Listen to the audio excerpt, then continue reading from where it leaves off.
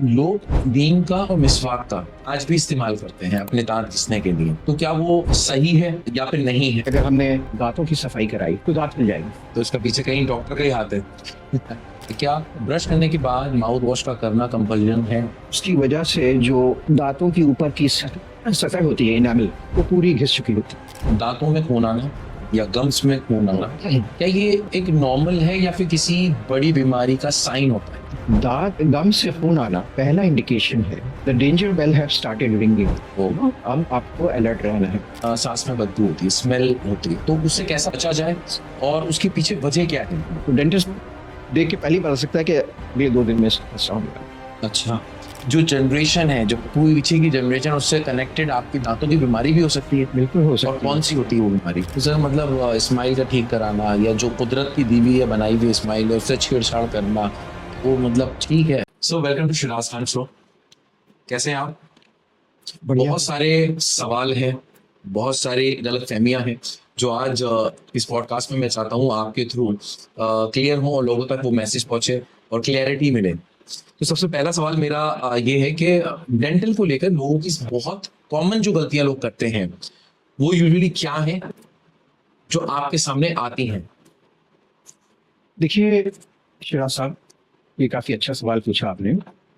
बहुत से मिसकंसेप्शंस हैं, बहुत से ऐसे अंधविश्वास हैं जो लोगों के दिमाग में रहते हैं, और बहुत से ऐसी अनआंसर्ड क्वेश्चंस हैं जो अक्सर लोगों के दिमाग में और जहन में आते हैं रिगार्डिंग डेंटल प्रॉब्लम्स और dental treatment. Correct.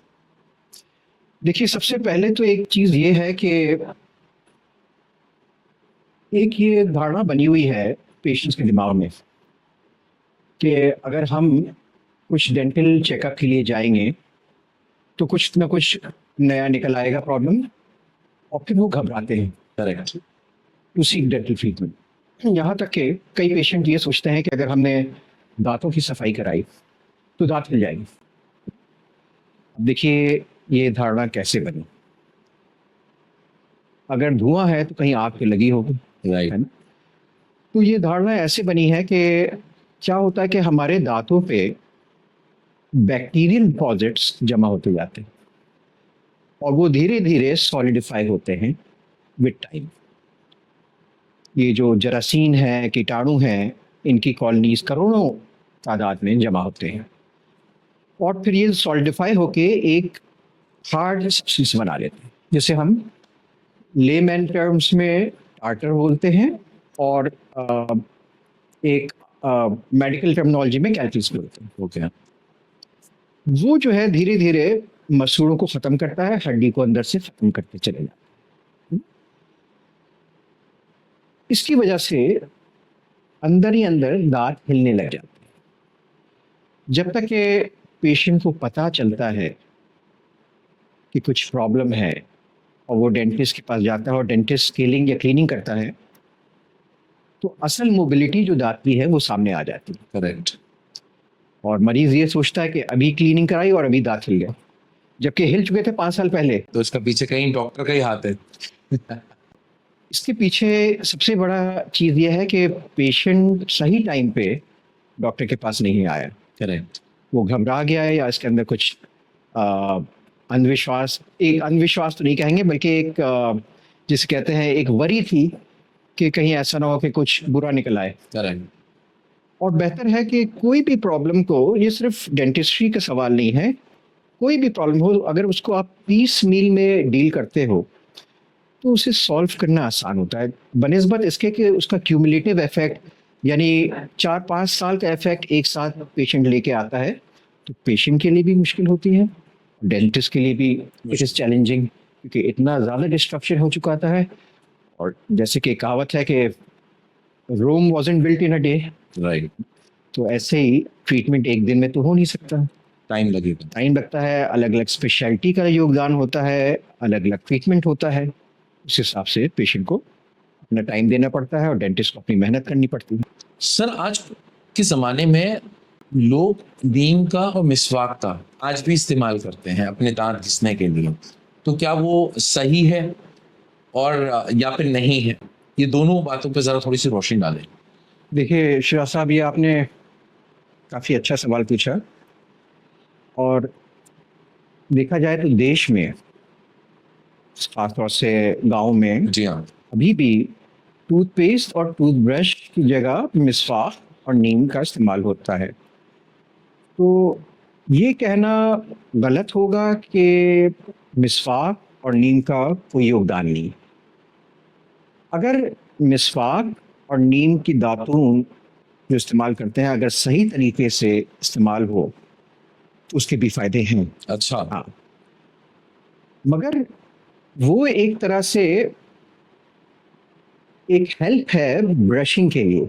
Okay. Brush paste को हमको एनकरेज करना चाहिए, और उसके साथ साथ अगर नीम और मिसवाक की दातून भी करें, उसमें कोई गलत नहीं है। गलत है ना? उसमें कोई गलत नहीं है। उसका एक एडेड एडवांटेज ये रहता है कि इसमें अक्सर देखा गया है कि कुछ एंटी बैक्टीरियल सब्सटेंस होता है ओके। नीम और मिसवाक की दातून में। तो वो जो है कीटाणु को, जरासीम को डिस्ट्रॉय करता है। ओ। और इसमें टैनिक एसिड भी हो सकता है, जिसकी वजह से गम्स मजबूत हो सकता है।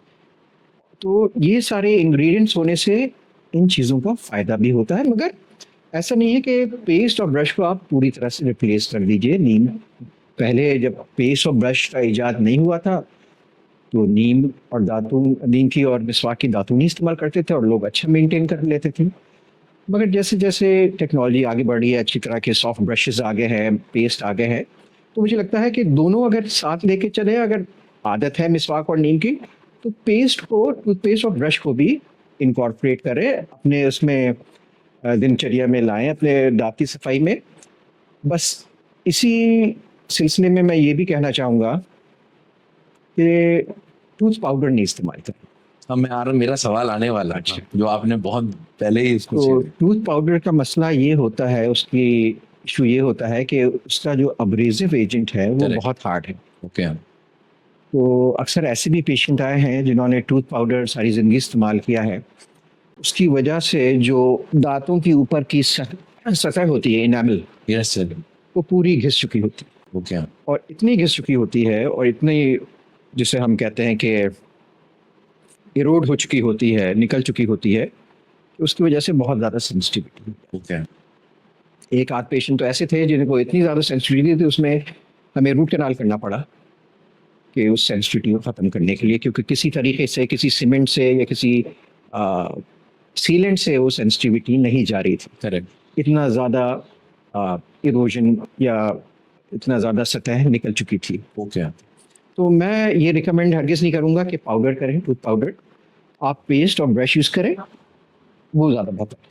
मगर सर एक बात बताइए, बहुत सारी ऐसी चीजें हैं जिसमें से एक एग्जांपल है कि आपने कहा कि मिसवाक और नीम का इस्तेमाल कर सकते हैं, कोई इसमें नुकसान नहीं है और वो एंटी बैक्टीरियल होता है। तो ये सिर्फ हिंदुस्तान में ही क्यों पाया जाता है? हिंदुस्तान के बाहर तो कहीं भी कोई इस चीज को प्रेफर नहीं करता। देखिए, देखा जाए तो 2 बड़ी रेसेस, दुनिया की 2 बड़ी रेसेस जो हैं, वो यूज़ कर रही हैं। एक तो इंडियन रेस, ओके। पूरा इंडियन का मतलब है एशियन सबकॉन्टिनेंट, एशियन सब।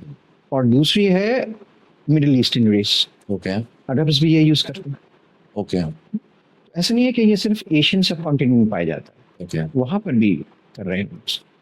तो और एक पुरानी स्टडी थी डॉक्टर नायक की, जिसमें इन्होंने अ, एक अफ्रीकन पॉपुलेशन, एक अफ्रीकन ग्रुप में देखा था, वहाँ के विलेजेस में जाके, कि वो मैंगो के पत्ते की, यानी आम के पत्ते की हाँ। ट्विग निकाल के उससे साफ करते थे। ओके। तो उन्होंने उसको स्टडी करी थी उसमें, और वो देखा गया। फिर वो सैंपल लिया गया उन दांतों से, जो प्लाक होता है जिसमें कीटाणु होते हैं। तो उन्होंने ये देखा कि प्लाक तो जम रहा था, यानी जो परत जम जाती है दांतों पे, वो तो जम रही थी, मगर उसके अंदर की बैक्टीरियल कॉलोनीज बहुत कम हो गई थी। अच्छा। तो there was some anti bacterial substance, जिसे कहते हैं कीटाणु के नाशक, कुछ सब्सटेंस ऐसा था उस लीफ की ट्विग में, राइट। जिसकी वजह से प्लाक तो जम रहा था, मगर उसका हार्मफुल इफेक्ट नहीं हो रहा था। जी।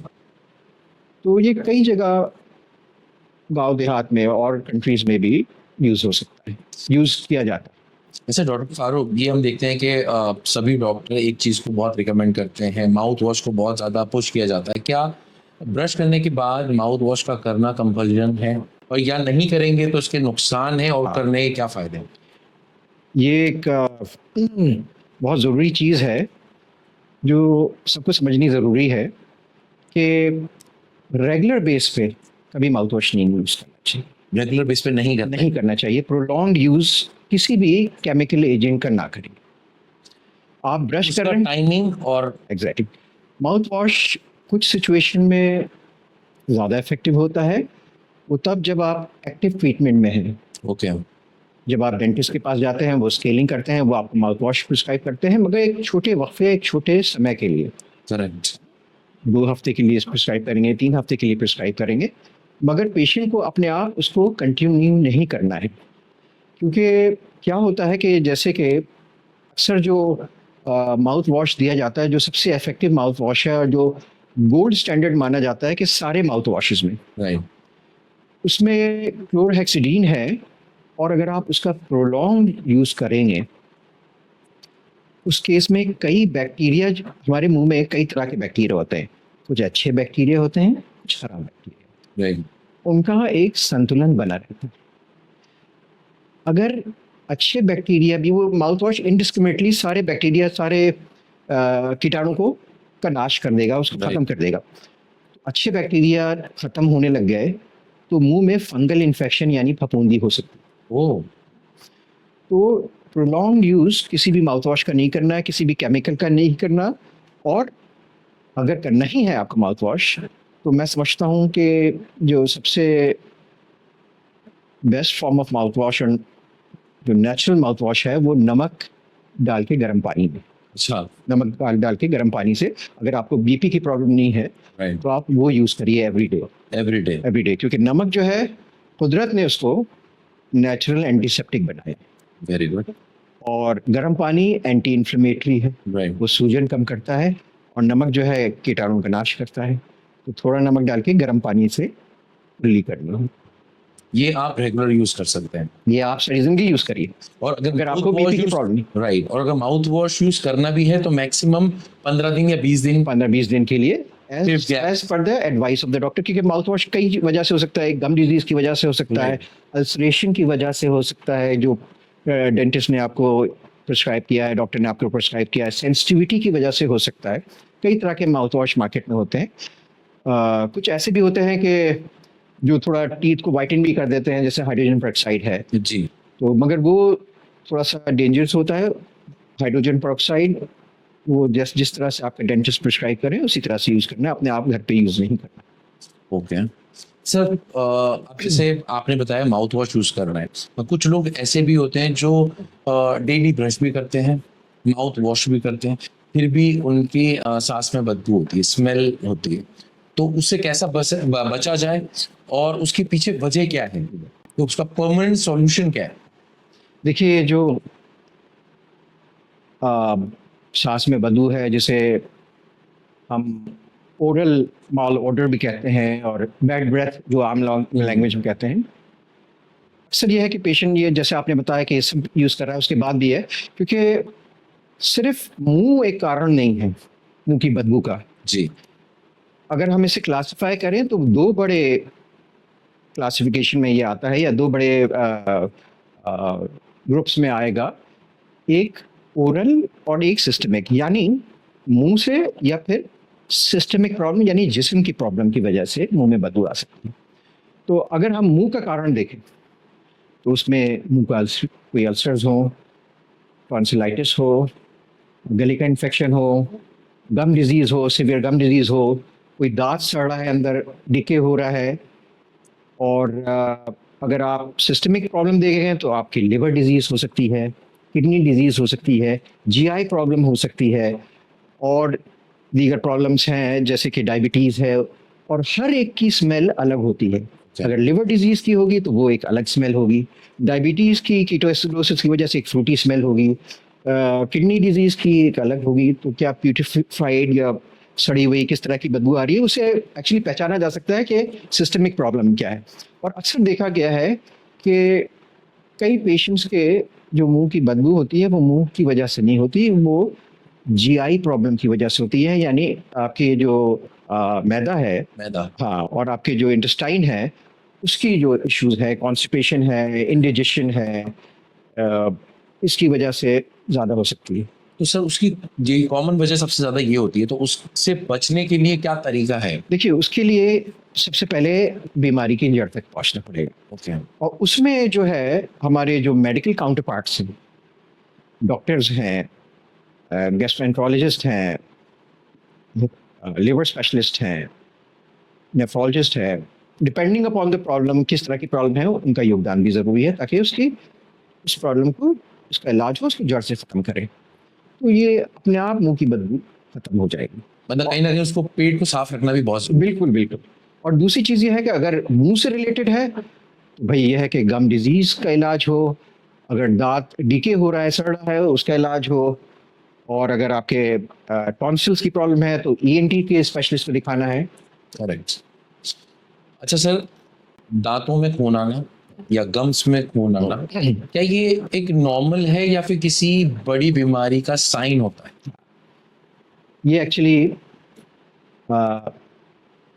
हमारे स्टूडेंट लाइफ से हमें समझाया जाता था, ये बड़ा इम्पोर्टेंट सवाल है कि दांत गम से खून आना पहला इंडिकेशन है, पहला जिसे कहते हैं कि साइन है, जो पेशेंट खुद समझ सकता है और खुद पहचान सकता है कि अब गम डिजीज शुरू हो गई।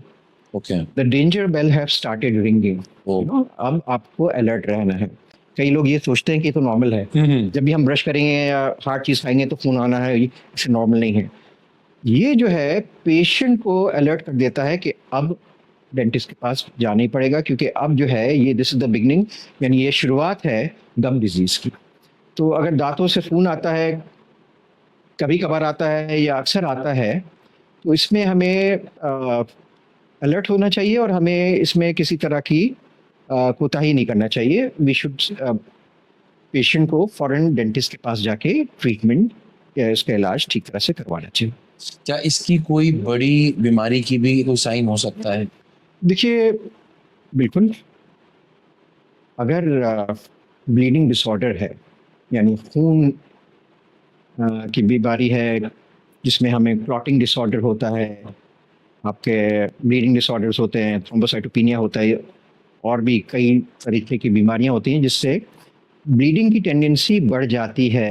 कहीं भी अगर शेव करते हुए कट जाए हाथ, आपका फेस पे छिल जाए, या फिर हाथ कट जाए सब्जी काटते हुए और बहुत ब्लीडिंग हो रही है, रुक नहीं रही सही टाइम पे, तो वो इंडिकेशन है कि भाई ऐसा तो नहीं कि हीमोफीलिया है या थ्रोम्बोसाइटोपिनिया है और तरह की बीमारी है, इस तरह से उनके मुंह से भी खून आ सकता है। तो और कभी कभी ईसोफेजियल वेरिसिस कहते हैं, जो गले में गले से फिर उसकी वजह से खून आते हैं।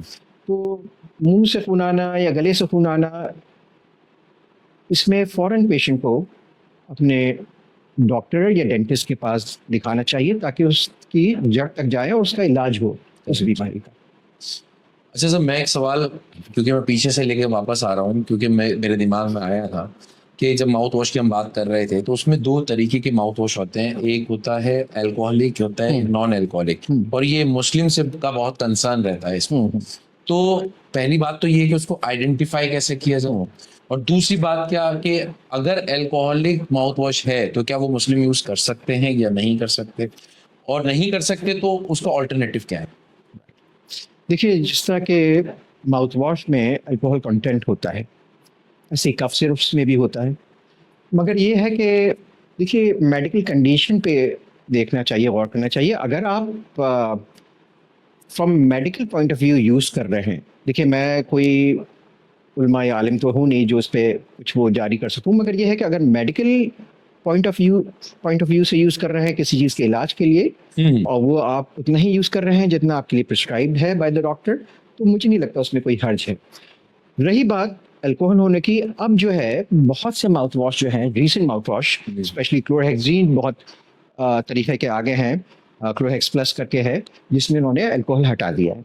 इस वजह से नहीं कि किसी कम्युनिटी का इशू है, बल्कि इस वजह से कि अल्कोहल जो है वो टिश्यूज़ को डिहाइड्रेट कर देता है, ओके, तो उससे कभी-कभी नुकसान हो जाने लग जाता है। तो उन्होंने वॉलंटरली अपने आप ही अल्कोहल को उसमें से हटा दिया हटा दिया। और उसकी जगह कुछ और इंग्रेडिएंट मिला है, जिसकी वजह से माउथ वॉश और इफेक्टिव हो गया। ओके। सर, कुदरत ने इंसान को 32 दांतों के साथ बनाया है, पैदा करता है, 32 दांत होते हैं जो कहते हैं 32, बट साइंटिफिकली और मेडिकली और आपके अकॉर्डिंग कितने दांतों का होना जरूरी है, और कितने दांत नहीं भी हो तो उससे फर्क नहीं पड़ता? देखिए ऐसा है कि बेशक कुदरत ने 32 दाँत दिए हैं, मगर ज़्यादातर देखा गया कि 28 दाँत होते हैं, 28 होते हैं, 32 होते ही नहीं है। 32 ज़्यादातर नहीं होते हैं। अगर होते भी हैं तो बड़ा प्रॉब्लमैटिक होता है। आपको ये बात समझना ज़रूरी है कि जैसे-जैसे ह्यूमन रेस बढ़ती गई, इवॉल्व होती गई, राइट। आप देखें हमारे पूर्वज जो निएंडरथल हाँ, मैन था, उसका जॉ बहुत बड़ा था, उसका फ्रेमवर्क बहुत बड़ा था। राइट। उसमें तो 32 दाँत आ जाते थे और जैसे-जैसे हमारी डाइट चेंज हुई, हम बहुत रिफाइंड कोर्स डाइट से रिफाइंड डाइट पे आ गए, राइट। सॉफ्टर डाइट पे आ गए। तो जॉ यानी जबड़े का स्टिमुलेशन भी कम हुआ। तो उसकी वजह से जबड़ा भी अब छोटा है एज़ कम्पेयर टू हमारे जो पूर्वजों का होता था, जी। उनका फ्रेम होता था, उनका ओवरऑल फ्रेम बिल्ट होती थी और जबड़ा होता था। इसकी वजह से जो अ, थर्ड मोलर्स हैं, यानी आखिर की अक्ल दाढ़ जिसे कहते हैं, अक्लदार। वो बिल्कुल टेढ़ी-मेढ़ी आती है और अक्सर देखा गया 60 से 70% लोगों में वो परेशान करती है। ओके। या तो उसको खाना पड़ता है या फिर उसके अराउंड गम प्रॉब्लम होने लग जाती है, मसूड़ों की बीमारी होने लग जाती है, उसको सफाई करवानी पड़ती है। तो वो थर्ड मोलर या अकल दाढ़ जिसे कहते हैं कि step tooth of the dentition, यानी आपके दाँतों का सौतेला दाँत, ओके। है ना? अपना नहीं है, वो सौतेला हो गया। ओके। तो वो अक्सर जो है परेशान करता है। तो जिनके नहीं होते हैं अक्ल दाढ़, उनकी अक्ल तो पूरी होती है, अकल पूरी होती है। मगर ये है कि उनको प्रॉब्लम नहीं होती। और अच्छा। जिनकी अक्ल दाढ़ आती है तो कई बार देखा गया है वो उनको बड़ी मुश्किलों का सामना करना पड़ता है और कई बार वो निकलवानी पड़ती है अक्ल दाढ़ बिकॉज ऑफ इसलिए क्योंकि वो मसूड़े की बीमारी हो, इसमें कीड़ा लग रहा है, उसमें दांत में दर्द हो रहा है। राइट। सर, आपने बहुत इंपॉर्टेंट सवाल खुद ही उठा दिया है कि 32 ऊपर वाले ने बनाए जरूर, मगर होते 28 हैं, क्योंकि पहले के जमाने और आज के दौर के हिसाब से वो चेंज हो गया। तो क्या आने वाले दौर में जैसे जैसे वक्त आगे बढ़ता जा रहा है, तो क्या दांतों की जो क्वांटिटी और कम होती जाएगी? अब देखिए ये कहना मुश्किल है, ये तो वक्त ही बताएगा कि हमारी रेस कैसे इवॉल्व करेगी आगे चल के। मगर मुझे उम्मीद है कि 28 तो रहेंगे। हालांकि अभी भी लोगों के जो 32 होते हैं कई बार जबड़े के अंदर पड़े रहते हैं, बाहर नहीं निकल पाते, और कई बार निकलते हैं तो टेढ़े में निकलते हैं और कई बार कंजेनाइटली एब्सेंट यानी पैदाइशी मिसिंग हो जाते हैं। ओके।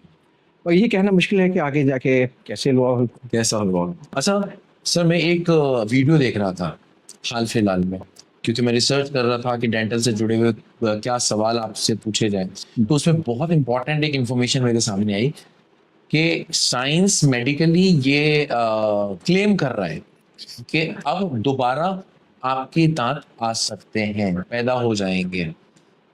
जैसे हेयर ट्रांसप्लांट एक प्रोसेस है कि आपके पीछे के बाल लेके आगे लगा देते हैं, या और जी, क्या ये सर पॉसिबल है, या ऐसा कुछ सही नहीं, बात देखिए है? ये जो है काफ़ी इस पे रिसर्च चल रही है और आज से नहीं काफ़ी टाइम से चल रही है ओके। कि वो दांत को ग्रो करना चाह रहे हैं स्टेम सेल से, हाँ।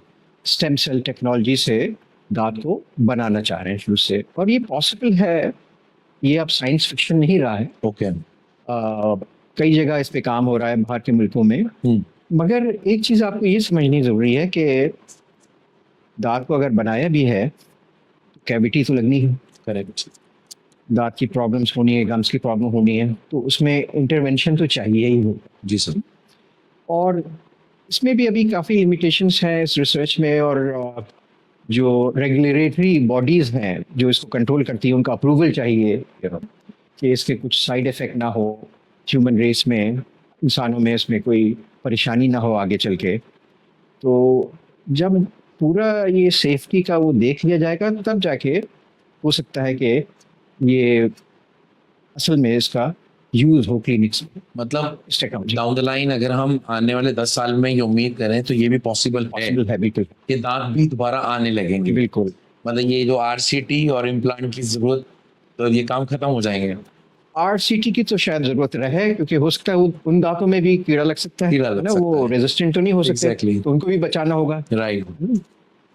वो तो कुछ सर फिर पुराना रखेंगे ही क्यों, जब नया आ सकता है तो। अब वही देखना है ना कि नया आने में कितनी देर टाइम लगता है, ओके। क्या क्या परेशानियां होती हैं। आपने एक बार सिग्नल ऑन कर दिया तो कहीं ऐसा तो नहीं है कि वो ट्यूमर में बदलने लग जाए। ओह। बहुत से Okay. इश्यूज हैं जो वक्त ही बताएगा कि किस तरह से उसको डील किया जाए, किस तरह से उसको सॉल्व किया जाए। बहुत इंपॉर्टेंट सवाल है सर। आज भी हिंदुस्तान में ही नहीं पूरी दुनिया में मुंह के कैंसर की वजह से बहुत जाने जाती हैं डेली बेसिस पे।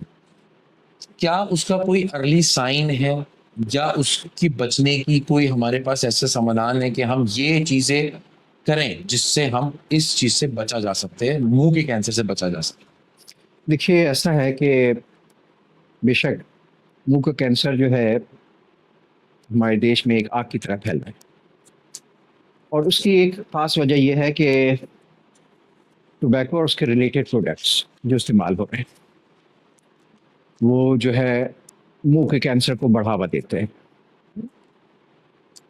कई ऐसी चीज़ें हैं जैसे स्मोकिंग है, या स्मोकलेस टोबैको गाँव में ये जो है यूज़ करते हैं गुटखा, और जो इस गुटखे से रिलेटेड प्रोडक्ट्स हैं है। जिसमें सिगरेट है, सिगरेट अल्कोहल है, है। अल्कोहल भी कैन बी अ कॉज, उसकी वजह वो भी एक वजह हो सकती है। तो उसके लिए देखिए एक रेगुलर चेकअप बहुत ज़रूरी है। आप डेंटिस्ट के पास जाइए फॉर अर्ली डिटेक्शन। और कोई भी जख्म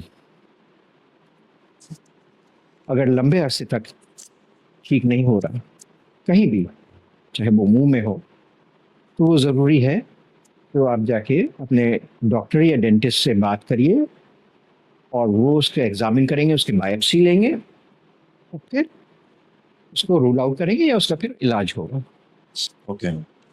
बॉलीवुड का और मेडिकल टर्मिनोलॉजी का बहुत कनेक्शन है। जैसे हमने देखा कि बॉलीवुड में एक मूवी बनी हेयर ट्रांसप्लांट को लेके, गंजेपन को दूर करने के लिए। फिर दूसरी एक मूवी बनी मोटापे को घटाने के लिए, ट्रांसफॉर्मेशन। तो आपको नहीं लगता कि कोई एक ऐसी मूवी बननी चाहिए दांतों को लेकर भी? बिल्कुल, अगर क्योंकि बॉलीवुड जो है उसका बड़ा इम्पैक्ट होता है सोसाइटी पे, एग्जैक्टली। चाहे वो टॉलीवुड हो, बॉलीवुड हो, जो भी हो, बिकॉज उनकी मास फॉलोइंग होती है, बड़े लेवल पे लोग उसको देखते हैं। तो मेरे ख्याल से अगर इस पे भी डेंटल इशू भी बन जाए तो बहुत अच्छी बात है। मतलब कोई ऐसा कि देखो ये रिश्ते भी होंगे तो वो दांतों को देखकर होने लगे। दांतों के देख के होने लग जाएंगे कि भाई दांत अच्छे हैं कि नहीं है। तो कई पेशेंट्स आते हैं हमारे पास जो मैरिजेबल एज के होते हैं, और they are very concern about their, वो बहुत कंसर्न होते हैं, बहुत ये सोचते हैं कि हमारे स्माइल अच्छी कैसे हो जाए, कोई दांत मिसिंग है तो उसको ठीक करवाना है ताकि उनके रिश्ते अच्छे आए और अच्छी जगह शादी हो, और एक सेल्फ कॉन्फिडेंस की भी बात होती है। एग्जैक्टली। तो उससे सेल्फ कॉन्फिडेंस भी आता है लोगों में। ये तो बहुत इंपॉर्टेंट चीज है। तो सबसे पहले आपके स्माइल जो है वो देखी बिल्कुल जाती बिल्कुल, वो कहते हैं ना कि अगर आपका चेहरा आपके दिमाग का आईना है तो आपका जो मुंह है वो आपके जिस्म का आईना है। है। अच्छा। इसका मतलब ये हुआ कि बहुत सी ऐसी प्रॉब्लम है जो जिस्म में हो रही होती हैं और उसका रिफ्लेक्शन मुंह में होता है। ओके। जैसे कि मैं छोटी सी बात बताता हूँ। अक्सर पेशेंट हमारे पास आते हैं जिनसे जब हम पूछते हैं कि आपकी कोई मेडिकल प्रॉब्लम तो नहीं है, दांत के इलाज शुरू करने से पहले जी। हमें ये देखना पड़ता है कि कोई मेडिकल इश्यूज तो नहीं है जिसका हमें प्रिकॉशंस लेना है अपनी ट्रीटमेंट। राइट। और वो अक्सर कहते हैं कि हमें नहीं है। और कई बार ऐसा भी हुआ है कि जब हम उनका मुंह खोल के देखते हैं और हम देखते ही ये बता देते हैं कि आप, हमें लगता है कि आपको डायबिटीज है। अच्छा। और पेशेंट को तो ये बात, इसका अंदाजा ही नहीं था। अगर जब हम routine blood sugar blood examination कराते हैं और ब्लड शुगर एग्जामिन कराते हैं तो अक्सर शुगर लेवल बहुत हाई आती है। यानी डायबिटीज का इफेक्ट मुंह में अक्सर देखने को मिल जाता है। उससे हम रिकग्नाइज कर सकते हैं कि अंडरलाइंग कोई अंदरूनी प्रॉब्लम है कि नहीं। ऐसी मीजल्स अगर आप देखें जो खसरा होती है खसरा बच्चों को निकलती है तो स्किन पे निकलने से पहले 2 दिन पहले मुंह में कॉप्लिक स्पॉट्स कहलाते हैं, एक स्पॉट्स आने लग जाते हैं। ओके तो डेंटिस्ट देख के पहले ही बता सकता है कि अगले 2 दिन में इसको खसरा होने वाली है। अच्छा तो वही है कि मुंह जो है वो पूरे जिस्म का आईना है। जिस्म में क्या चल रहा है उसका एक रिफ्लेक्शन, एब्सोल्युटली उसका एक अक्स जो है वो मुंह में होता है। मुंह में होता है। ओके सर, दिन में कितनी बार ब्रश करना चाहिए और किस तरीके से करना चाहिए? ये बड़ा इंपॉर्टेंट सवाल है। कुछ लोग कहते हैं कि भाई मैंने अभी हाल फिलहाल में एक और चीज नोटिस की कि ब्रश ब्रेकफास्ट से पहले ब्रश ही नहीं करना चाहिए। क्या ये बात सच है कि ब्रेकफास्ट कर लो, सब कुछ हो जाए, उसके बाद ब्रश करो आप? तो जरा आप इस पे रोशनी डालें, कितनी बार और किस तरीके से? देखिए ये बहुत बुनियादी सवाल। हाँ देखा जाए तो डेंटिस्ट्री का सारा दारोमदार इसी पे। ओके अगर आप प्रॉपरली ब्रश कर रहे हैं, दिन में 2 बार कर रहे हैं, तो हमारी शक्ल कम से कम देखने को मिलेगी।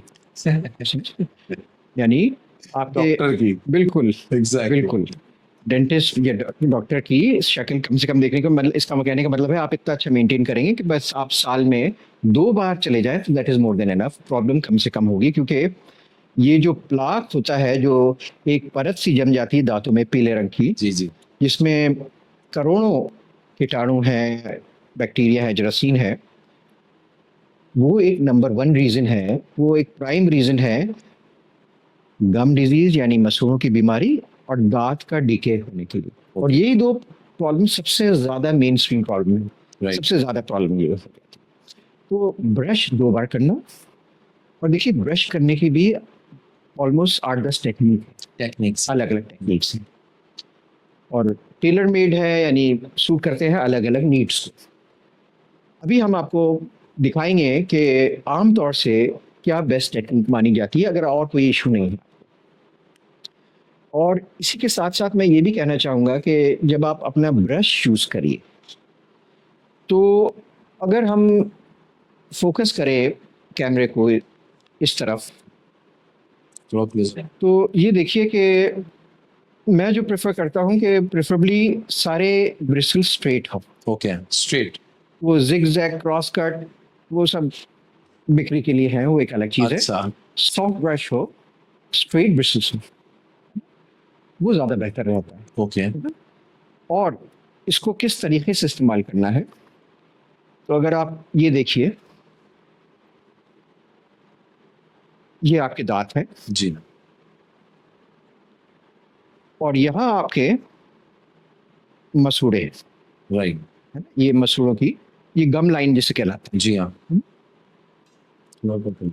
तो ब्रश को आपको स्ट्रेट नहीं रखना, ओके पैरेलल नहीं रखना, ओके है ना? ना स्ट्रेट ना पैरेलल, बल्कि एक एंगल। ओके और 10-15 बार आगे पीछे करना है हाँ, बहुत शॉर्ट स्ट्रोक्स देने हैं, बहुत हल्के हल्के, लंबा नहीं। आप दांतों के ऊपर वायलिन मत प्ले करिए, ओके इसको बस हल्के हल्के ओके ऐसे करना है और एक स्ट्रोक ऊपर की तरफ। ओके अगर हम सामने से देखें जी तो एंगल पे रख के 10-15 बार आगे पीछे करके और एक बार ऊपर ऊपर की तरफ। ओके क्यों इस तरह से करना है? वो इस वजह से क्योंकि जब हम या तो हम ऐसे ब्रश करते हैं या फिर ऐसे करने लग जाते हैं, एग्जैक्टली इससे आप कुछ नहीं तो बस सिर्फ इनामिल छुटा रहे हैं ऊपर का अपने सतह का, ठीक है और उस एरिया में जा नहीं रहे, यानी दांत के बीच में एरिया में जहां से बीमारी शुरू होती है, ओके इस गम लाइन और दांत के बीच में। का एरिया। क्योंकि ऐसे करने में एक डेड स्पेस क्रिएट हो जाती है इन ब्रिसल्स के और दांत के बीच के एरिया में, वहां तक ब्रिसल्स पहुंचती नहीं। और जो हम ब्रश करते हैं वो वाला एरिया है जो सेल्फ क्लेंजिंग है, जो आपके जुबान के और गाल के मूवमेंट से ही साफ हो रहा है, जी हम उसी की सफाई कर रहे हैं। और जो एरिया पे फोकस करना है वो एरिया को हम डील ही नहीं कर रहे हैं। तो इस तरीके से करना है। अगर हम अंदर की तरफ से देखें,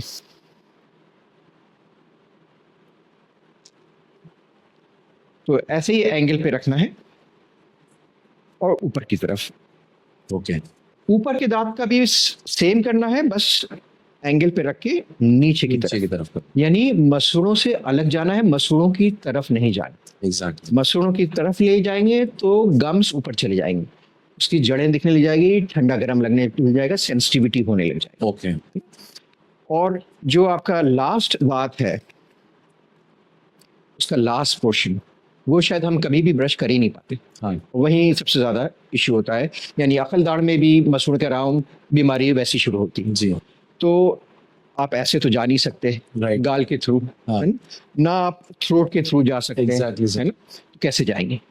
उसके लिए बाइटिंग सरफेस पे यानी ऊपर की सतह पे रखना है ब्रश। ये ब्रश का हेड है, ऊपर की सतह पे रखना है और स्लिप कर देना है पीछे, अच्छा। ऐसे। यानी ऊपर की सतह पे रखा यस। और स्लिप कर दिया पीछे की तरफ। करेक्ट। तो इस एरिया को आप संभालेंगे। जो ऊपर की सतह है जिसे हम अक्लूसिव सरफेस कहते हैं, उस पे भी आपको वायलिन नहीं बजाना, धीरे धीरे ऐसे ऐसे ब्रश करना है, कोई लंबी स्ट्रोक्स नहीं यूज करना, नहीं करनी है। Short strokes, short vibratory strokes, यानी धीरे धीरे आगे पीछे करना है। ओके। इसका मतलब ये है। अंदर का एरिया जो है, ये तो सामने का एरिया है, ये तालू वाला एरिया है, उसको भी साफ करना है। एक दांत लेके ऐसे ऐसे करना है, एक दांत लेके ब्रश का कील यूज करना है, ये ओके। तो ये, और साथ ही साथ उसी ब्रश से आपको जुबान साफ कर लेनी है। और इसके लिए आप जुबान साफ करने के लिए वो मेटल का मत यूज करा करें अच्छा। ना। अक्सर लोग वो मेटल का टंग आपको स्टेशन और सब में बहुत मिल जाएगा मेटल के जी, क्लीनर्स, जी। वो मत यूज करिए, क्योंकि उससे जुबान आपकी अपग्रेड होगी, वो छिलेगी। ओके। तो उसकी जगह आप ब्रश से ही इस्तेमाल करें, ब्रश से इस्तेमाल कर सकते। ब्रश से इस्तेमाल करें। सर, जो मेरा सवाल था कि ब्रेकफास्ट के बाद जी। ब्रश करना। देखिए, ऐसा है कि ब्रेकफास्ट के बाद ही ब्रश करना चाहिए। एक रजीम बनी हुई है कि सुबह उठ के, क्योंकि मुंह में ताजगी नहीं होती है, तो वो लोग अक्सर ब्रश कर लेते हैं, Yes. उसके बाद खा लेते हैं, उसके बाद वो प्लाग, ये डेबरी, फ्रूट की डेबरी, वो सब जमा रहती है पूरे दिन तक, Exactly. जब तक कि आप रात में ब्रश ना करिए। अब आप देखिए, रात में भी आप खाने के बाद ब्रश करते हैं, यस। है ना? ऐसा तो नहीं होता कि ब्रश के बाद फिर खाना खाते हैं, नहीं। है ना? तो इसी तरीके सुबह जो है आप ब्रेकफास्ट कर लीजिए, पहले कुल्ली उल्ली करना है, आप कर सकते हैं उसे, ओके। और उसके बाद नाश्ता करिए, उसके बाद ब्रश करके अपने काम पे चलिए। ओ, तो मतलब ये भी सर एक बहुत बड़ी गलतफहमी थी जो आज दूर हुई आपकी वजह तो से। उससे ये होगा कि पूरे दिन भर का वो जमा नहीं रहेगा। Right. आप ऐसे तो नहीं हो कि हर 1 घंटे पे आप ब्रश करने बैठ रहे हैं, that is not Certainly practically not. Possible. तो बेहतर है कि आपने सुबह कर लिया और रात में कर लिया, तो उससे काफी आपका कंट्रोल रहेगा। ओके। सर, बचपन के अलावा जो बचपन में दांत टूटते हैं, उसे कहते हैं दूध के मतलब जो टूटते हैं बच्चों के, क्या ऐसा भी होता है कि जवानी में भी आके कोई ऐसे रीजन होते हैं जिसकी वजह से दांत टूट जाते हैं? मतलब कोई झगड़ा ना हो, अनटिल अनलेस कोई मारे ना पीटे ना। नहीं नहीं, देखिए ऐसा है कि दांत जो है कई वजह से टूट सकते हैं।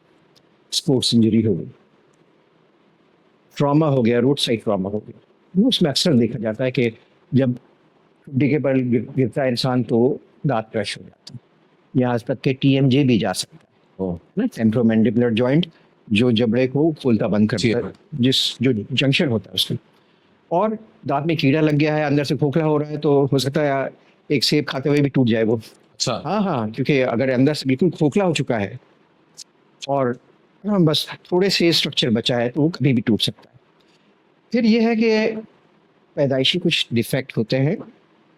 मेडिकल टर्मिनोलॉजी है कि डेंटिनोजेनेसिस इम्परफेक्टा है और मीलोजेनेसिस इम्परफेक्टा, बहुत से ऐसी कुदरती यानी पैदाइशी दांत में प्रॉब्लम होती है जिसकी वजह से इनेमल झड़ता रहता है, या उसके अंदर की स्ट्रक्चर होता है जिसे हम डेंटिन कहते हैं, वो झड़ने लग जाती है और इस तरह से दांत टूट सकते हैं।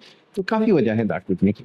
सर, आपने बहुत एक वर्ड यूज किया है और उससे जुड़ा मुझे एक बहुत इंपॉर्टेंट सवाल आ गया दिमाग में, कि जैसे कहते हैं कि किसी भी मेडिकल या डॉक्टर के पास जाओ तो सबसे पहले आपके फैमिली बैकग्राउंड पूछते हैं कि किसी को कोई बीमारी तो नहीं थी। ऐसी बहुत सारी बीमारियां, शुगर है, डायबिटीज है, ऐसी बीमारियों के बारे में, हेयर फॉल है, तो क्या ऐसा दांतों के साथ भी है बिल्कुल कि है। आपकी जो जनरेशन है, जो पीछे की जनरेशन, उससे कनेक्टेड आपकी दांतों की बीमारी भी हो सकती है? बिल्कुल हो और सकती है। कौन सी होती है वो बीमारी? तो देखिए ऐसा है कि कई इसे कहते हैं कंजेनाइटल डिजीजेस, ओके। जो जिसमें एक जेनेटिक प्रीडिस्पोजिशन यानी यानी एक जनरेशन से दूसरे जनरेशन में पास हो रही है।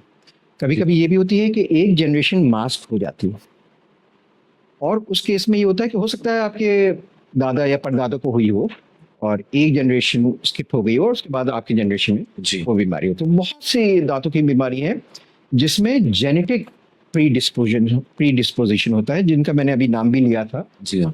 तो ये बीमारियां जो है इसकी फैमिलियल हिस्ट्री होती है, यानी फैमिली में हिस्ट्री होती है। तो उसको उसी तरीके से डील किया जाता है। जेनेटिक टेस्टिंग होती है, देखा जाता है कि यू नो हिस्ट्री से, क्लिनिकल हिस्ट्री से, फैमिली की हिस्ट्री से भी ये जांचा जाता है कि ये बीमारियां जो है एग्जिस्ट करती थी इनके पेरेंट्स में या नहीं। ओके। अच्छा सर, इम्प्लांट की बात करते हैं। इम्प्लांट के लिए अक्सर अगर हम लाइक मौलाना आज़ाद डेंटल कॉलेज में आते हैं तो एक एक अच्छा ड्यूरेशन होता है इसको पूरा प्रोसेस को करने के लिए। If I am not wrong 6 महीने का एक टाइमिंग आप लोग प्रिस्क्राइब करते हैं, मगर प्राइवेट क्लिनिक में चले जाए तो वही काम 15 दिन में हो जाता है। इसके पीछे वजह क्या है? देखिए ऐसा है कि जो हम लोग यहाँ पर इलाज कर रहे हैं वो इट इज़ अकॉर्डिंग टू वो मेडिकल या डेंटल लिटरेचर के हिसाब से है। जैसे डेंटल लिटरेचर में दर्ज है, क्योंकि देखिए जब भी इम्प्लांट डालते हैं हड्डी में, उसको कुछ टाइम दिया जाता है कि इंटीग्रेट हो हड्डी से, जुड़े हड्डी से। इसे ऑस्टियो इंटीग्रेशन कहते हैं हम अपनी टर्मिनोलॉजी में।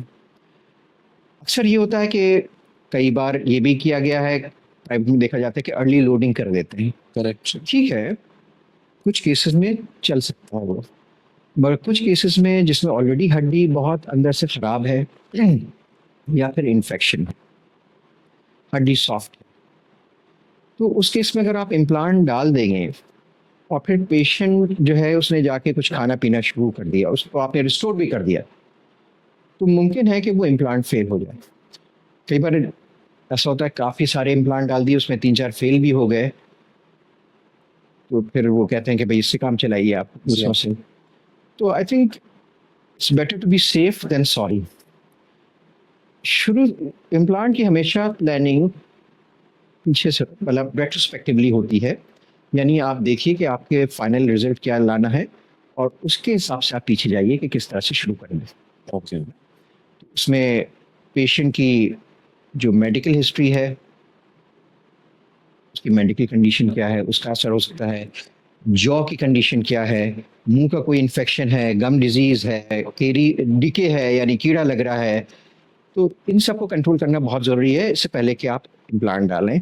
तो मुझे लगता है इम्प्लांट पे जंप करने, इम्प्लांट देखिए कोई भी आसानी से डाल सकता है, कोई भी डेंटिस्ट डाल सकता है, कोई इशू नहीं है, मगर केस प्लानिंग यानी एक पेशेंट को पूरी तरह से ठीक तरह से जांच करना फिर उसमें प्रोसीड करना, उसमें चांसेस कम है कि इम्प्लांट फेल हो। मगर फिर तो प्राइवेट वाले तो ये सब करते नहीं है ना सर? अब देखिए उनका अपना करने का तरीका है, हम लोग का अपना तरीका है, हम लोग बाय द बुक। तो सर पढ़ के तो वो भी वही बुक्स आ रहे हैं जो आप पढ़ रहे हैं। तो नहीं, ऐसा नहीं है कि प्राइवेट में भी ऐसा नहीं है कि सब लोग बिल्कुल वैसा काम कर रहे हैं। आई मीन कुछ बड़े सिंसियरली भी काम करते हैं और हिसाब से भी चलते हैं, तो उसमें ऐसा वो नहीं है कि गवर्नमेंट और प्राइवेट का कुछ वो है।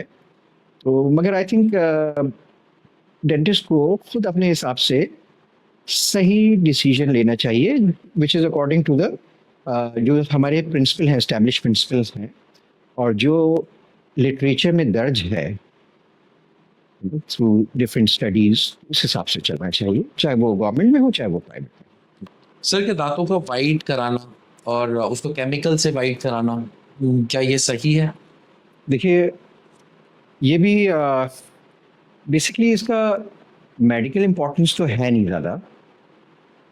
ये ज़्यादातर लोग अच्छा दिखने के लिए, लुक्स के लिए कराते हैं, एस्थेटिक्स के लिए कराते हैं, तो करा सकते हैं, मगर इसमें क्या होता है कुछ केमिकल्स का इस्तेमाल होता है, जैसे कि हाइड्रोजन पेरोक्साइड होता है, 10% कार्बामाइड होता है, अ, ये कराने से पहले ये जांचना ज़रूरी है कि पेशेंट को सेंसिटिविटी तो नहीं है, गम प्रॉब्लम तो नहीं है, क्योंकि अगर है तो ये बढ़ सकती है काफ़ी, पेशेंट को परेशानी हो सकती है। तो पहले से रूल आउट करना होता है कि ठंडा गर्म तो नहीं लग रहा उसको, गम्स की हालत क्या है वो सब देख के, और एक तरीका होता है उसका अ, जो क्लिनिक में हम करते हैं उस तरीके के हिसाब से उसको वाइटनिंग कर सकते हैं, मगर ये वाइटनिंग जो है परमानेंट नहीं होती, ओके 5-6 महीने चल के या साल भर चल के वो ख़त्म हो जाती है। तो अक्सर लोग तब ये वाइटनिंग कराते हैं जब कोई पास में फंक्शन हो, कि वहाँ उस वक़्त तक अगर किसी की वेडिंग हो, शादी हो या कोई फंक्शन अटेंड करना हो, तो उससे पहले वो करा के लेते हैं अक्सर पेशेंट, मगर इसको भी हमें प्रिकॉशन से कराना चाहिए। अवॉइड करें तो ज़्यादा बेहतर है। अवॉइड करें तो ज़्यादा बेहतर है। कई बार बहुत सफ़ेद दाँत भी नकली लगते हैं कि जैसे अच्छा। डेंचर पहने, है ना? तो इतना भी सफ़ेद नहीं होने चाहिए कि लगे कि नकली दाँत लगाए हुए हैं। ओके अच्छा सर, जो अक्सर देखा गया है ब्रेसेस लगाना, मतलब पहले तो बहुत ज़्यादा ऑकवर्ड लगता था, कोई ब्रेसेस लगाने से ही बचते थे, तो क्या इसका कोई ऑल्टरनेट है आज के टाइम के हिसाब से? देखिए, कई अब तरीक़े हैं अपार्ट फ्रॉम जो मेटल के ब्रेसेस लगते थे, अब इनविजिबल ब्रेसेस आ गए हैं, क्लियर ब्रेसेस आ गए हैं। Right. लिंगुअल होता है यानी अंदर की तरफ लगाया जाता है। इनविसालाइन है कि अगर बहुत बड़ी मेजर प्रॉब्लम नहीं है तो वो कुछ दांतों पे एक प्लास्टिक का या रबर आइसोमर जैसा वो चढ़ा देते हैं, इनविसालाइन के नाम से भी आता है, क्लियर पाथ के भी नाम से आता है, ताकि दांतों का मूवमेंट कर सकें। तो वो बहुत ज़्यादा इन्वेसिव टेक्निक नहीं है, मगर अलग-अलग तरीक़े आ गए हैं। अच्छा, आपकी नज़र में हेल्दी दाँत किसे कहते हैं? जैसे हर चीज़ का एक हेल्दी होता है ना टेक्सचर के, अफ्रीका के लोगों के दाँत बहुत अच्छे होते हैं या चाइना वालों के बहुत अच्छे होते हैं। तो अकॉर्डिंग टू यू के कौन से दाँत और किस देश के दाँत ज़्यादा बेस्ट माने जाते हैं? देखिए, हेल्दी दाँत वो है कि जब आपको कोई तकलीफ़ नहीं है दाँत में, कोई डिके नहीं है, गम्स अच्छे हैं आपके, आपको कोई डिस्कम्फ़र्ट नहीं है, कोई सेंसिटिविटी नहीं है, तो वो चाहे किसी भी कंट्री में हो आप, आपके दाँत हेल्दी हैं। नहीं सर, फिर भी रैंकिंग वाइज़ कुछ तो ऐसा तो होता होगा। नहीं, तो ऐसा तो नहीं है कि कुछ भई अब कुछ रेसेस में नेचुरली अगर अच्छे दाँत हों और मज़बूत दाँत हों, तो वो हो सकता है, मगर ऐसा कोई क्लासिफ़िकेशन नहीं है। ऐसा नहीं ऐसा है। कोई क्लासिफ़िकेशन नहीं है, बल्कि ये देखा गया है कि देखिए हर चीज़ का 2 पहलू होते हैं। अगर फ्लोराइड कंटेंट है पानी में और देखा गया है कि फ्लोराइड जो है दाँतों के लिए अच्छा है, क्योंकि जो दाँत के, अगर मैं मेडिकल टर्मिनोलॉजी यूज़ करूँ तो हाइड्रॉक्सी एपेटाइट क्रिस्टल जो है फ्लोरोएपेटाइट में बदल जाते हैं दाँत के अंदर, जिसकी वजह से दाँत रेजिस्टेंट होता है कीड़ा लगने से। मगर इसका दूसरा पहलू ये है कि अगर ज़्यादा फ्लोराइड हो जाए तो वो फिर नुकसान कर देता है दाँत को, जिसे हम मॉटलिंग कहते हैं, दाँत बिल्कुल पीले पड़ने जाते हैं और वो जो है उससे रफ सरफेस आ जाती है। तो हर चीज़ का एक बैलेंस बना हुआ है, कुदरत का बैलेंस होता है जो मेंटेन होना ज़रूरी होता है।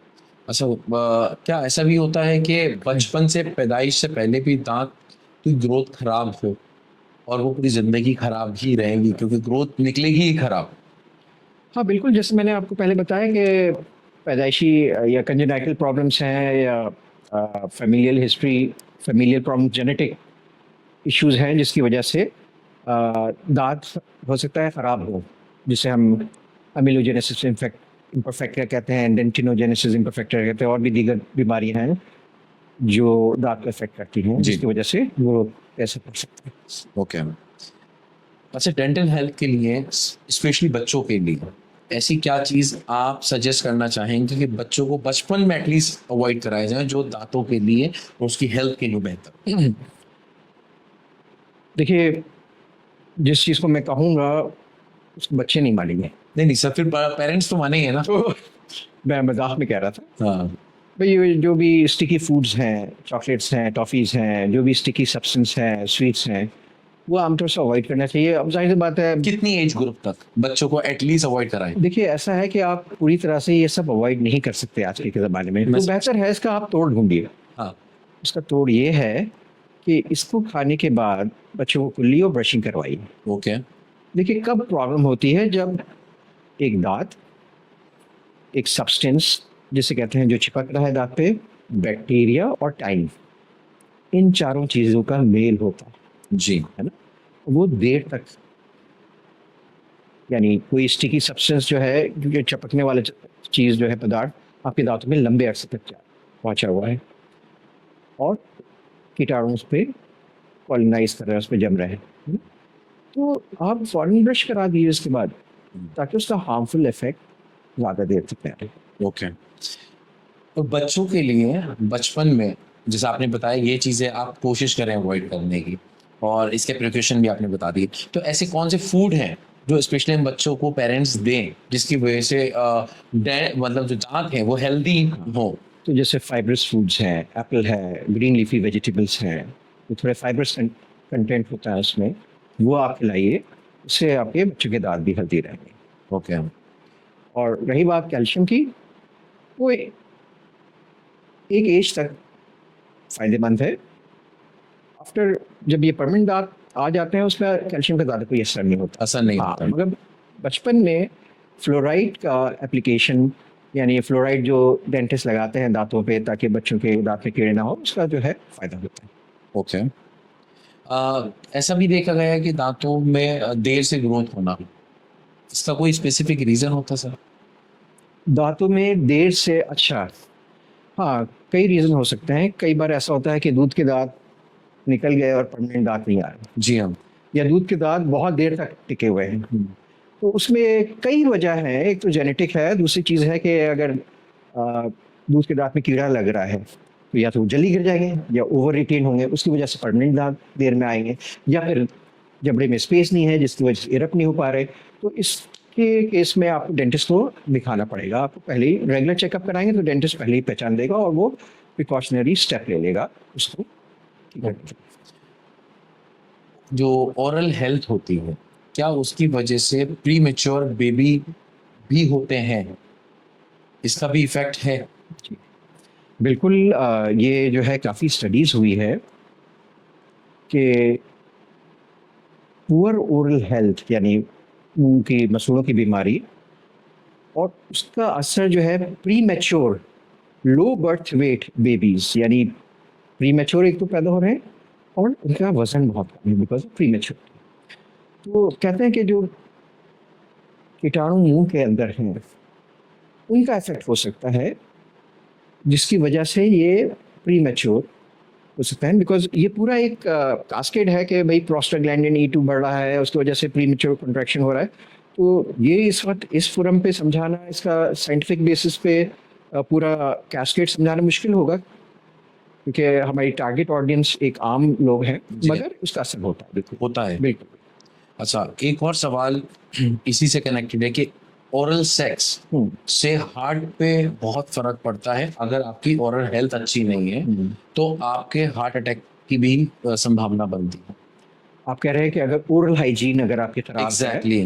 तो हार्ट पे भी असर पड़ सकता है। बिल्कुल, ये इस पे भी स्टडीज हुई हैं और देखा गया है कि अगर आप टोबैको, आपके और जो रिस्क फैक्टर्स हैं जिनका हार्ट पे असर होता है, उसको आप एक किनारे कर दिए, एक पॉपुलेशन में उसको आप रूल आउट करके सिर्फ गम डिजीज को देखें तो उसका भी कार्डियक कंडीशन पे असर पड़ सकता है। बिल्कुल, ये ऐसी कई स्टडीज हुई हैं अब्रॉड जिन्होंने एक रिलेशन पाया गया है। इसमें ये बिल्कुल ऐसा नहीं है कि एक खास कॉज है, मगर कंट्रीब्यूटिंग फैक्टर हो सकता है। अच्छा, अब ये तो बहुत ही कॉमन क्वेश्चन है कि कौन सा टूथपेस्ट यूज किया जाए, क्योंकि हर कंपनी अपने ब्रांड को बेस्ट बोलती है।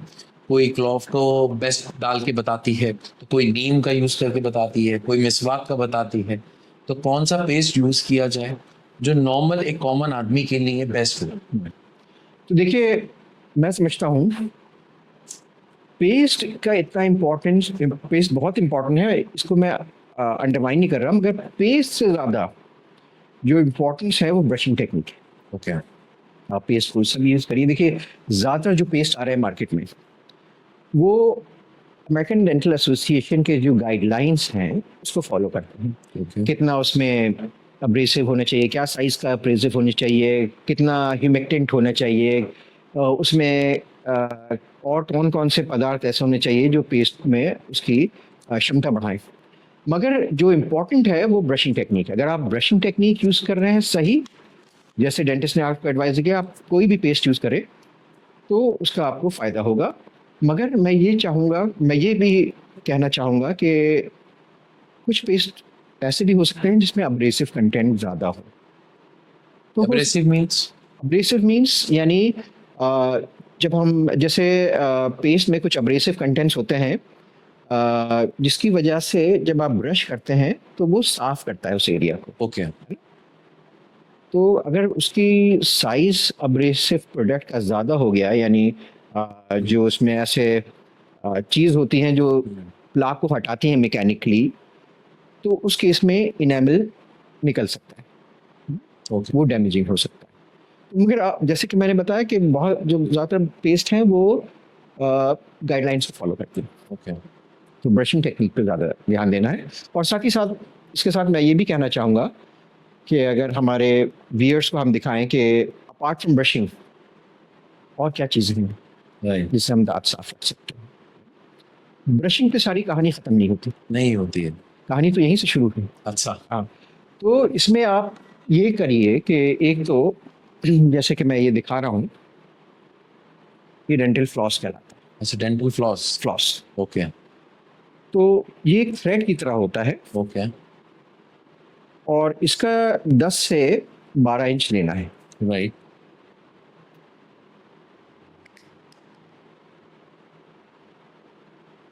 और ये मिडिल फिंगर में बांधना है बांधना है ना। ये जो आपका मिडिल फिंगर है ठीक है इसमें बांधिए जब तक के 2 से 4 इंच बीच में रह ना जाए। करेक्ट अब इसको या तो आप अपने ये इंडेक्स फिंगर होती है आपकी, इससे Right. सपोर्ट करिए राइट इस तरीके से, या अंगूठे से अंगूठे और इंडेक्स फिंगर से आपको सपोर्ट करना करेक्ट है। और ये दांतों के बीच में इसको हल्के हल्के ले जाना है करेक्ट ना। आप देखिए अगर हाँ, ये दांतों के बीच में इसको ले जाना है और एक दांत में वाइंड करके ऊपर और नीचे ले जाना है और दूसरे दांत में वाइंड करके ऊपर नीचे ले जाना है ना। इसी तरह सारे दांतों में करना है। Right. और ऊपर के दांत में आप इसको इस तरीके से पकड़ के थंब और फोर फिंगर से भी ले जा सकते हैं। राइट तो इसका फ़ायदा ये है कि जो ब्रशिंग के बाद जो प्लाक रह जाता है दांतों के बीच में ओके वो भी निकल जाता है। बल्कि मैंने ये देखा है कि बाहर की कंट्रीज़ में फ्लॉसिंग का बहुत ज़्यादा इंपॉर्टेंस है ओके और उसकी वजह से काफ़ी अच्छा मेंटेन करते हैं। जबकि हो सकता है कि पेशेंट 2 बार ब्रश भी ना कर रहा हो और फ्लॉस कर रहा हो, ओके तो अच्छा खासा उसकी हाइजीन जो है, उसके मुंह की सफाई जो है काफ़ी फेयर और अच्छी रहती है। तो फ्लॉसिंग जो है एक बहुत ज़रूरी चीज़ है जो आपको अपने रोज़मर्रा के जो आपकी लाइफस्टाइल है उसमें यूज़ करना है। तो सर वो जो टूथपिक होती है जो वो बहुत गलत है। टूथपिक का बिल्कुल इस्तेमाल नहीं करना चाहिए। Okay. टूथपिक अपनी जगह बनाने लग जाती है, वो मसूड़ों को और नीचे कर देगी, गम्स को और नीचे कर देगी, दांत में के बीच में जगह बन जाएगी, दांत का इनेमल या उसकी सतह को हटाएगी और उसमें खाना कुछ टाइम के बाद और फंसेगा। हाँ, अगर इतना बड़ा गैप है आपके दांतों में कि खाना फंस रहा है और फ्लॉस से नहीं निकल पा रहा, तो उसको इसमें ये इंटरडेंटल ब्रश होता है। ओके ये देखेंगे तो ये एक हैंडल है, इस पे एक ब्रश लगा है जो मिनिएचर बॉटल ब्रश की तरह है। ओके यानी जो बॉटल साफ करने का ब्रश होता Exactly. है उसी की तरह है ये, मगर उसका मिनिएचर बहुत छोटा फॉर्म है। तो उसको दांत के बीच परपेंडिकुलरली घुसाना है, बस हल्के हल्के आगे इस तरह से, जहाँ गैप है फोर्स नहीं करना, जहाँ नहीं जा रहा वहाँ मत ले जाइए, जहाँ जा रहा है। इसमें भी कई तरह की टिप्स आती हैं, ओके मीडियम है, फाइन है, लार्ज टिप्स है। राइट जितना बड़ा दांत का गैप है उस हिसाब से आपके डेंटिस्ट आपको प्रिस्क्राइब करेगा। ओके सर जो व्हाइटनिंग टूथपेस्ट आते हैं क्या वो हार्मफुल हैं ये देखिए, वाइटनिंग टूथपेस्ट तो वही है कि केमिकल एजेंट्स तो होते हैं उसमें, हाँ हाँ तो उसको प्रोलॉन्ग पीरियड के लिए यूज़ नहीं करना चाहिए। आप नॉर्मल पेस्ट करिए ना।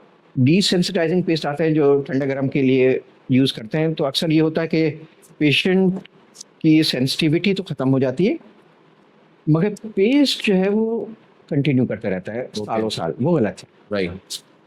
वन शुड स्विच ओवर, यानी वापस आ जाना चाहिए उन पेस्ट पे जो नॉर्मल पेस्ट है। मेडिकेटेड पेस्ट ज़्यादा लंबे अरसे तक इस्तेमाल नहीं करना चाहिए। नहीं करनी चाहिए। ड्यूरिंग प्रेगनेंसी क्या डेंटिस्ट को विजिट करना सही है या उस ड्यूरेशन में इलाज कराना ठीक है? जी देखिए, ऐसा है,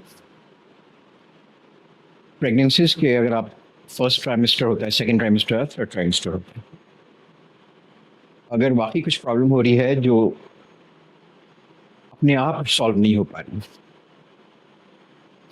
तो फर्स्ट ट्राइमेस्टर यानी पहले के 3 महीने और थर्ड ट्राइमेस्टर को अवॉइड करिए।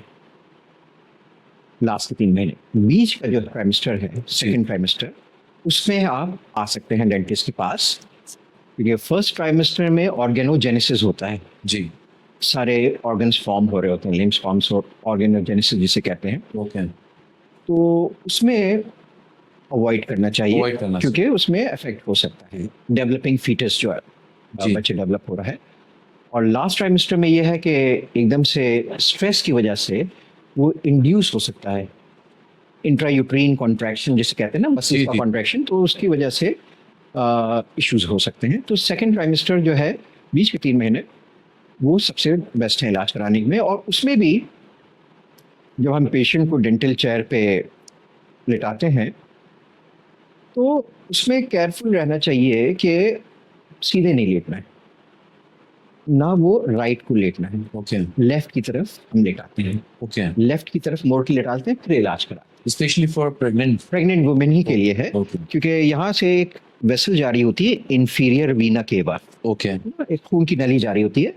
तो यूट्रिस का अगर हम राइट पे रखेंगे तो यूट्रिस का भार उस पर पड़ेगा और ब्लड सप्लाई जो वापसी जा रहा है हार्ट की तरफ और फिर ब्रेन की तरफ, वो कम हो जाएगा, जी। उसमें बेहोशी का चांस होता है। ओके। तो लेफ्ट राइट में कोई तौलिया लगा देते हैं और फिर उसको थोड़ा लेफ्ट की तरफ मोड़ के इलाज करा देते हैं। ओके। और हमें एंटीबायोटिक्स है और मेडिकेशन है जो अवॉइड करना चाहिए, या फिर गायनिकोलॉजिस्ट के साथ कंसल्टेशन करके, अगर वाकई देना है, बहुत सीवियर इन्फेक्शन है, तो उसके साथ कंसल्ट करके देना चाहिए, जिससे जो बच्चा है डेवलपिंग हो रहा है, फीटस डेवलप हो रहा है, उस पर असर ना, सन। जिसे हम अपने लैंग्वेज में टेराटोजेनेसिटी कहते हैं। ओके।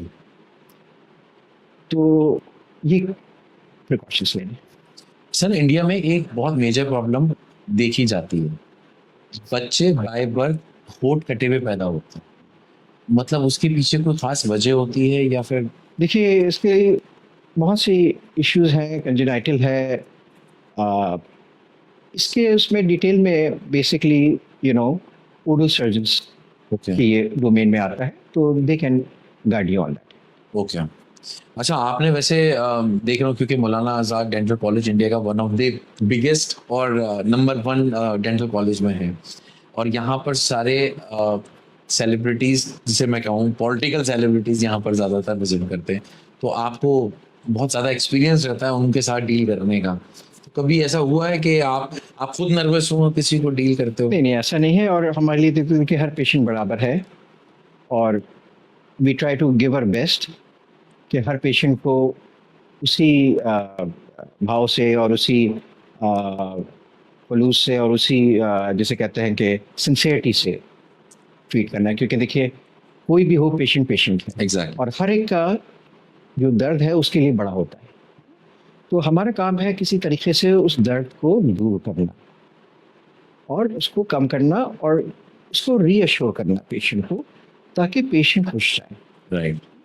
तो हमें जो है बेसिकली एक पेशेंट को ऐसे ट्रीट करना है जैसे आप अपने रिश्तेदार को ट्रीट कर रहे ओके। हैं। आप जो अपने मदर फादर या रिश्तेदार के लिए चाहोगे, वही आप पेशेंट के लिए चाहोगे, एब्सोल्युटली। तो आप गलत नहीं जाओगे। करेक्ट। आपको उसी विनम्रता से, उसी लगन से, उसी जज्बे से और मेडिकल और डेंटल गाइडलाइंस के दायरे में रह के उसको ट्रीट करना है। सर, मगर यहाँ रहते हुए, मौलाना आज़ाद में रहते हुए, आपने बड़े बड़े चेहरों को ट्रीट किया है, तो सबसे बड़ा चेहरा आपको किस, ये भी आपके लिए भी एक अपॉर्चुनिटी है ना सर, मैं जानना चाहेंगे, हमारे व्यूअर्स भी जानना काफ़ी, चाहेंगे। देखिए बहुत से लोग आते हैं, सबको जैसे जरा बता दें थोड़ा सा। नहीं, उसको उसको छोड़िए, सभी हमारे लिए पेशेंट एक बराबर है और सभी का हमें पूरी इज्जत करनी है। हाँ बिल्कुल सर। अच्छा सर, एक बड़ा सेंसिटिव मामला है, क्योंकि बात सेंसिटिविटी की मैं कर रहा हूँ, क्योंकि अक्सर बहुत कॉमन है ये तो, चाहे दांतों की प्रॉब्लम हो या ना हो, ठंडा गर्म का लगना, तो उसको हम बहुत आसान तरीके से कैसे अवॉइड कर सकते हैं? देखिए, ऐसा है कि ये जो ठंडा गर्म लग रहा है उसकी उसकी भी कई वजह हैं। कुछ वजह अगर मैं गिनाऊँ तो एक तो ये है कि गलत ब्रशिंग की वजह से सारा इनेमल निकल जाना और अंदर की डेंटिन खुल जाना, नसें खुल जाना, उसकी वजह से सेंसिटिव हो सकती है। कैविटी लग जाए, कीड़ लग जाए, डीप जा रहा है तो उसकी वजह से सेंसिटिविटी हो जाती है। मसूड़े अगर नीचे जा रहे हैं और उसकी जड़ें एक्सपोज हो जाए तो उसकी वजह से भी सेंसिटिविटी हो सकती है। तो उसको हर उस तरह से डील करना है, मगर ये है कि जब आप डेंटिस्ट के पास आते हैं तो उनके पास कई तरह के आर्मामेंटेरियम, कई तरह के तरीके होते हैं जिससे वो सेंसिटिविटी कंट्रोल कर सकते हैं। जैसे कुछ बॉन्डिंग एजेंट होते हैं जो हम लगा देते हैं। कुछ सीमेंट्स हैं, ग्लास लाइनर सीमेंट है और कंपोजिट्स हैं जिसकी वजह से जिसके ज़रिए हम जो है दांत को रिस्टोर करते हैं और सेंसिटिविटी कम करते हैं।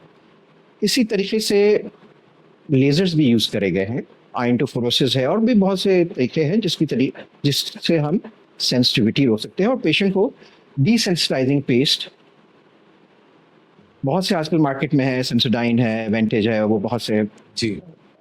ब्रांड तो हम खैर क्या बताएं, मगर ये है कि अवेलेबल है मार्केट में जो अक्सर पेशेंट अपने आप भी यूज़ करने लग जाता है, ये डेंटिस्ट प्रिस्क्राइब कर लेते हैं।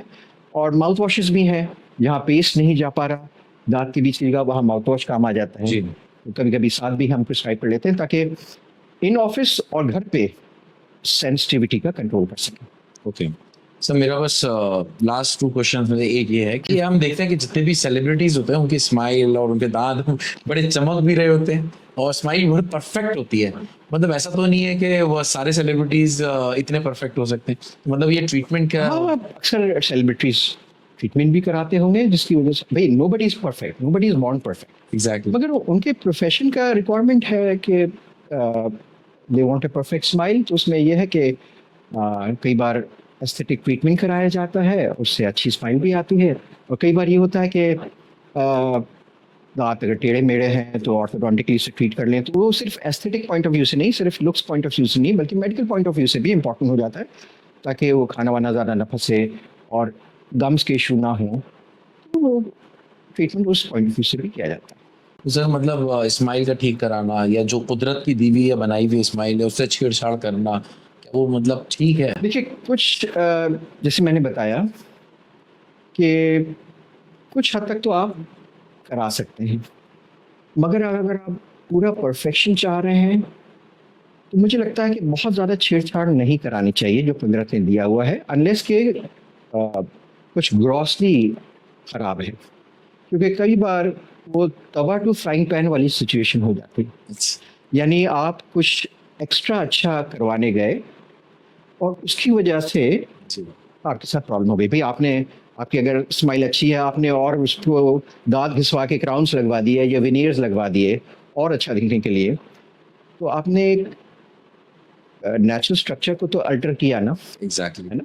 हो सकता है उसके बाद आपको सेंसिटिविटी शुरू हो जाए, हो सकता है कि भाई क्राउन और ब्रिजेस और बहुत से रिस्टोरेटिव मटेरियल्स के अराउंड प्लाक ज़्यादा जमा होने लग जाता है, जिसकी वजह से गम डिजीज शुरू हो जाती है, डीके शुरू हो जाए अगर आप मेंटेन अच्छा नहीं कर रहे। तो मैं समझता हूँ कि हमें मेडिकल पॉइंट ऑफ व्यू से या डेंटल पॉइंट ऑफ व्यू से ज़्यादा इलाज कराना चाहिए बनिस्बत सिर्फ लुक्स पॉइंट ऑफ व्यू से। क्योंकि कभी कभी सी नोबडी कैन प्ले गॉड, तो हो सकता है कोई अच्छा करने चला हो और वो अचीव ना हो पा रहा ना। हो, और उसकी वजह से कोई हर चीज़ के कुछ साइड इफेक्ट्स तो होते हैं। जी। Nothing that is man made is perfect. वो ये बड़ी इंपॉर्टेंट चीज है। बिल्कुल।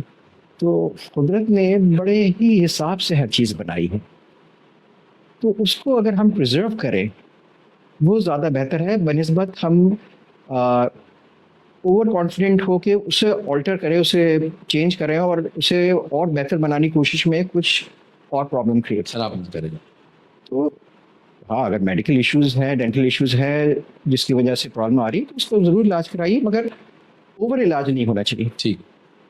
अच्छा, बस ये एक और सवाल मेरा ये है कि जैसे आपने बोला कि बच्चों के लिए आपने बता दिया कि ये खाने से बेहतर होते हैं, दांतों की सेहत अच्छी होती है।